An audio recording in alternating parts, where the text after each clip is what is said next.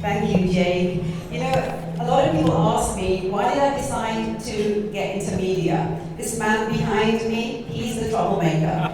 He's the one that gave me just some insight into the power of media.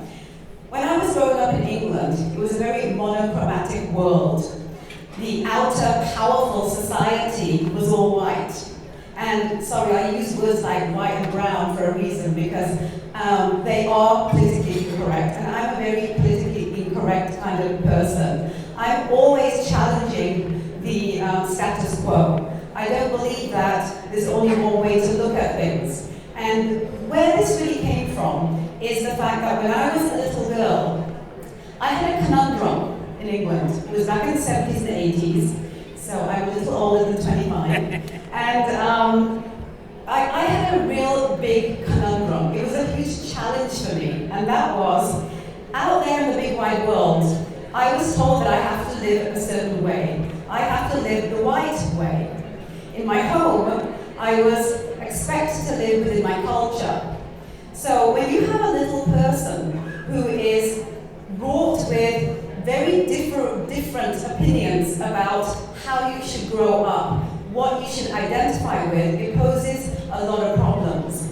On one side, you know, I came from a very staunch, proud Sikh background with 4 girls and a brother. So my father made sure that his girls grew up strong and fierce. On the other side, when I went to school, kids wouldn't want to play with me because I was the only brown person in the school other than my older sister. They wouldn't want to touch me because they thought that my color would come off on them.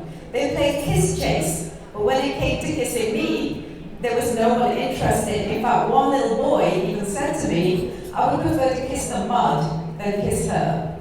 So these were the kinds of things. That was the ideology with which I grew up. And I always used to say, God, why do I have to go through this? Why is it that on one side, I'm told to be a proud Sikh, and on the other side, people are telling me that I'm not good enough, and the color of your skin is going to, you know, be compromising for you because you're not white.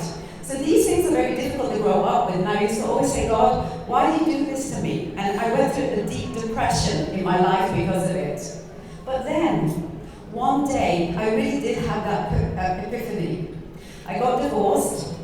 I had a tiny 2.5-year-old son, and I became my own worst nightmare. And that was, I became a divorced woman. I used to think about myself, and I used to say, you know, am I really a second-class citizen?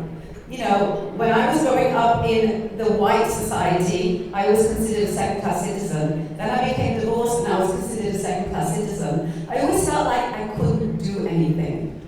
And then I decided I can. Because I get to make the decision about my life. And everything just changed for me. It really did. I started in ANOKHI Media. I had no media experience other than that which Jake afforded me. Poor guy. And really, 14 years later, we've grown from a regional company where I used to pick up boxes of ANOKHI magazine to a company now that interviews people like Kim Kardashian and Priyanka Chopra just on a phone call. Our company is worldwide, and we have writers and contributors that participate in that global community. Why is that? And what is that global community, you might ask? It is the makeup of that girl that was told that she wasn't good enough. Yet, on the other side, was told that she was good enough. So it was a dichotomy through which this community began. And it's the reason why everything that we stand for at ANOKHI Media is truly what life is about today. It's why I believe in our community and our culture, because just as readily as we wear Western clothes, we wear Indian clothes. We eat dal and roti, but we also eat pizza. We like to know what Kim Kardashian's doing next, some of us.